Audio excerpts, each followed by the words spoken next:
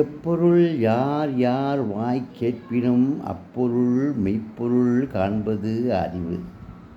இது திருக்குறள். இதை நீங்கள் எல்லாருமே படிச்சிருப்பீங்க. ஆனால் இதில் காரணத்தை என்ன நல்லா தெளிவாக நீங்கள் தெரிஞ்சுக்கிட்டா, யார் என்ன சொன்னாலும் அந்த வார்த்தை என்ன சொல்கிறாரு, எதுக்காக சொல்கிறாரு, எப்போ சொல்கிறாரு, எந்த இடத்துல சொல்கிறாருங்கிறத நீங்கள் சிந்திச்சு பாருங்கள். அப்போ தான் உங்களுடைய அறிவுத்திறன் அதிகமாகும்.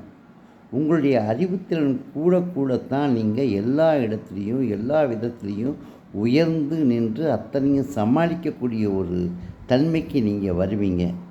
அவர் என்ன சொல்கிறாருங்க அந்த வார்த்தையினுடைய உண்மையை அறிந்து கொள்ள நீங்கள் செய்யும் அனைத்து வகையான முயற்சியும் உங்களுக்கு வெற்றியைத்தான் கொடுக்குங்கிறது நிச்சயம். அதில் எந்த சந்தேகமும் இல்லை.